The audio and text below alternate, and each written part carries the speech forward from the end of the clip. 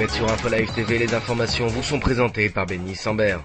Ouvrons cette édition avec les dernières déclarations de l'ancien ambassadeur américain à l'ONU pour John Bolton, invité à une réunion du Parti conservateur britannique ce dimanche.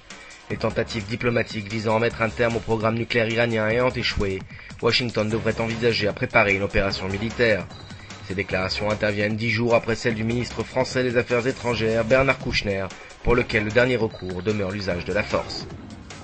Il n'y aura pas d'obstacle à la libération des 87 détenus palestiniens ce lundi. La Cour suprême a en effet décidé de rejeter d'office le recours introduit par l'association Almagor qui regroupe les victimes d'attentats et qui entendait s'ériger contre la libération des prisonniers palestiniens.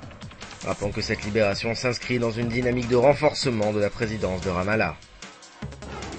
Plusieurs sources officielles du Hamas ont annoncé dimanche que le mouvement terroriste était prêt à proposer un cessez-le-feu au gouvernement israélien.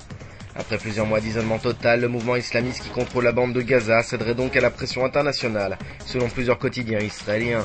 Aucun commentaire n'est parvenu cependant de Jérusalem et cette information n'a pas été confirmée par les hautes instances du Hamas à Damas. Enfin, avant de refermer cette édition, le prestigieux magazine Forbes a sacré une nouvelle fois Esther Wertheimer, l'Israélien le plus riche pour l'année 2007. Sa fortune s'élèverait à près de 24 milliards de dollars. Cette information intervient à l'heure où le prix en Israël de l'essence à la pompe, de l'électricité, du pain et des légumes est à la hausse. Votre programme sur InfoLive TV, c'est un entretien exclusif avec Sophie Marceau en Israël. Et puis retrouvez un point complet sur la tension grandissante entre Damas et Jérusalem. La suite en information sur InfoLive TV.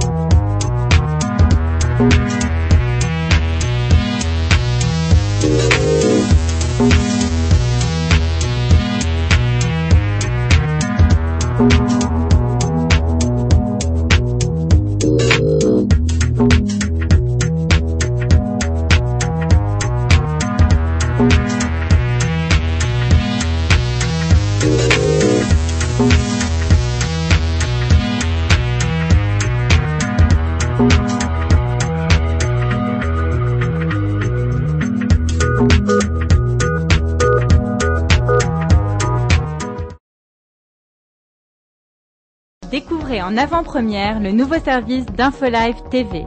Recevez gratuitement chaque jour, en vidéo, les informations d'Israël et du Proche-Orient sur votre mobile.